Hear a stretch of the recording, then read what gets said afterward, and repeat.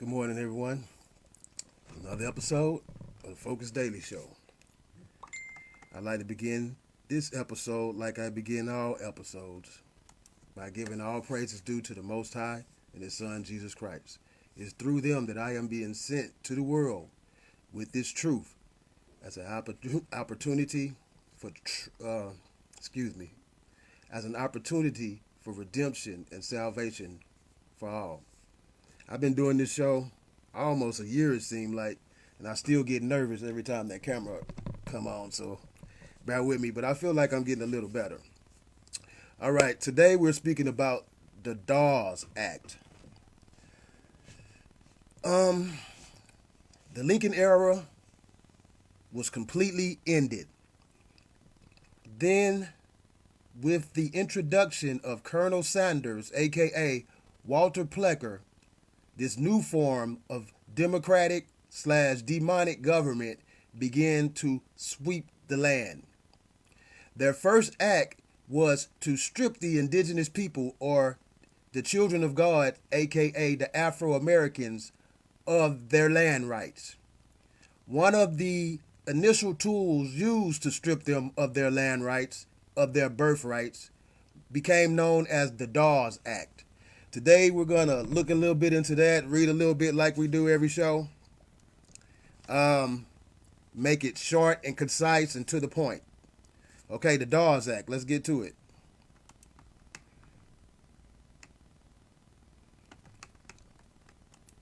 Go over here to this Wikipedia, get it started up, warming it up. All right, the Dawes Act, people. 1887. Here we go. Dawes Act. The Dawes Act of 1887, also known as the General Allotment Act or the Dawes Sovereignty Act of 1887, regulated land rights of tribal territories within the United States. So they begin to gather all the great land masses that still were under the control of the Afro-Americans and put legal patents on them, began to submerge the laws of the land with their maritime laws, their water kingdom laws. And this was one of the first steps in creating the society that we find ourselves in today. Named after Senator Henry L. Dawes of Massachusetts, it authorized the President of the United States to subdivide Native Americans, aka Afro-American, tribal communal land holdings into allotments for Native Americans. See, it's tricky right here. In blue, that's Afro-Americans. In plain text that I have highlighted right here, that's speaking of the invaders or the foreigners, but the children of the invaders and the foreigners. Once they begin to be born, that allowed them to refer to themselves as Native Americans, introducing this terminology that we are so familiar with today. So on one hand, in the blue, bold, that's Afro-Americans referred to as Native, the true, should I say, indigenous Americans. And in the plain text, the foreigners, the Eskimos, the Gypsies, the French, the German, people from all over the world came to this melting pot. All right. It authorized the President of the United States to subdivide Native American tribal communal land holdings into allotments for Native American heads of the families and individuals. So it took the great land masses and broke them up into plots or small private holdings. This will convert the system of land tenure into a government-imposed system of private property by forcing Afro-Americans to assume a capitalist and proprietary relationship with property. You know, ultimately, this land belongs to the sovereign Lord, the Most High, the God of Abraham, Isaac, and Jacob. But through maritime law and subversion, this democratic government began to assume that the property was private and belonged to the highest bidder. That's the best way to put that. By forcing Native Americans to assume a capitalist and proprietary relationship with the property. And this also gave us this mind state of being better than the next man. In the beginning, before this robbery took place, we were all equal under the laws of God. We were all more of a close-knit community rather than at each other's throat. These maritime laws and covenants that was placed over our head begin to tear us apart. Well, we were no longer a family-oriented community under the will of the Lord, but selfish pirateers under the will of Satan, to put it simple.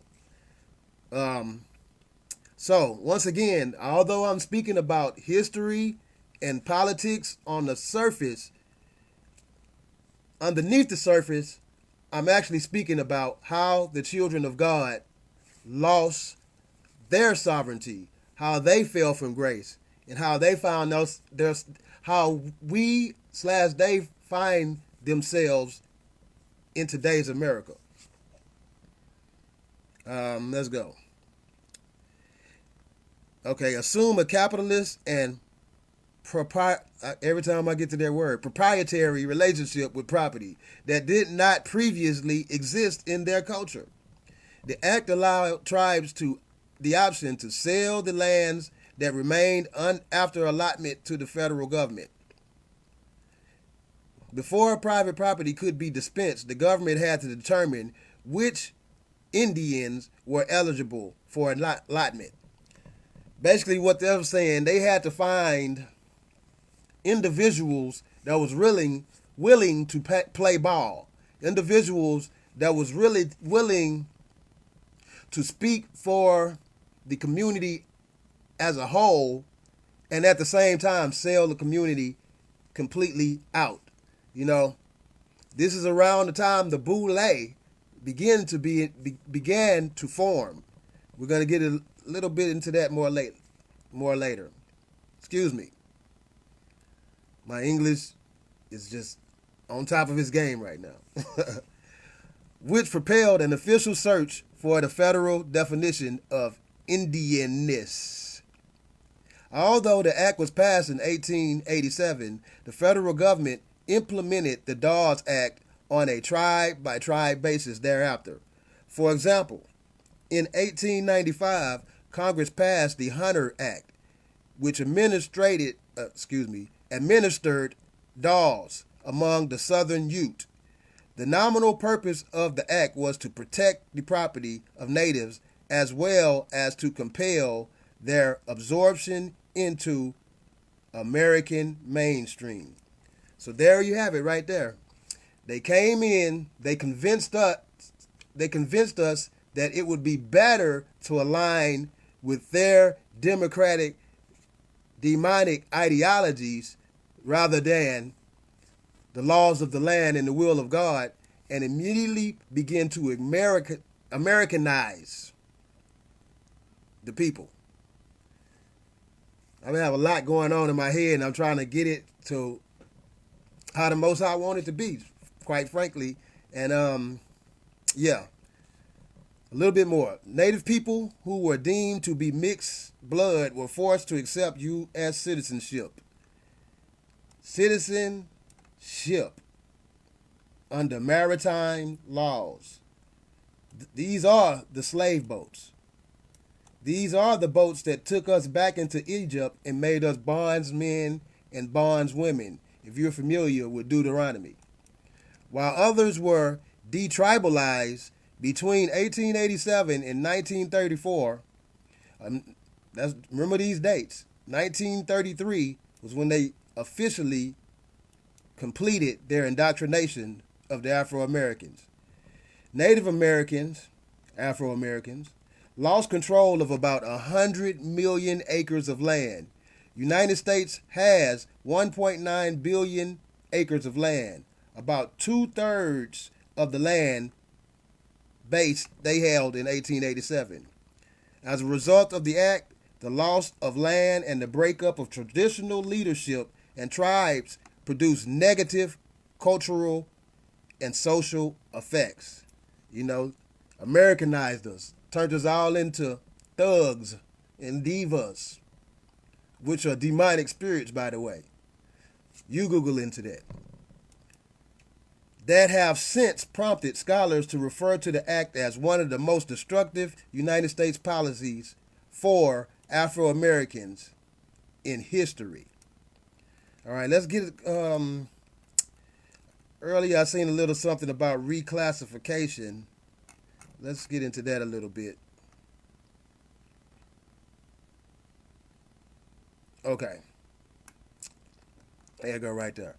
The 5 civilized tribes, Cherokee, Chickasaw, Chickaw, Muskogee, and Seminole in Indian Territory were initially exempt from the Dawes Act. The Dawes Commission was established in 1893 as a delegation to register members of tribes for allotments of land. Okay. This was the point when Colonel Sander, a.k.a. Walter Plecker's reclassification scheme officially began to take effect through registration. From the moment you're born, you're registered, you're docked on a birth certificate, and the registration immediately begins. So once again, if you're familiar with Deuteronomy, we're cursed when we're coming in, and we're cursed when we're going out. Immediately upon birth, they begin to register us under this new form of maritime laws that at this point they were beginning to place upon the people. Once the people began to register, they were officially under the control of the company, the Virginia Company, which gave the company the right to fully disenfranchise each individual that accepted registration. The Dawes Commission was established in 1893 as a delegation to register members of tribes for allotments of land. They came to define tribal belonging in terms of blood quantum, giving birth to the $5 Indians. We'll speak more on that later once again. But because there was no method of determining precise bloodlines, commission members often assign full-blooded status to Native Americans who were perceived as poorly assimilated or legally incompetent, and mixed blood status to Native Americans who most resembled whites, regardless of how they identified culturally. That's it right there. The $5 Indian ideology. All right. That's it for today, folks. Another episode of the Focus Daily Show. Until next time, we out.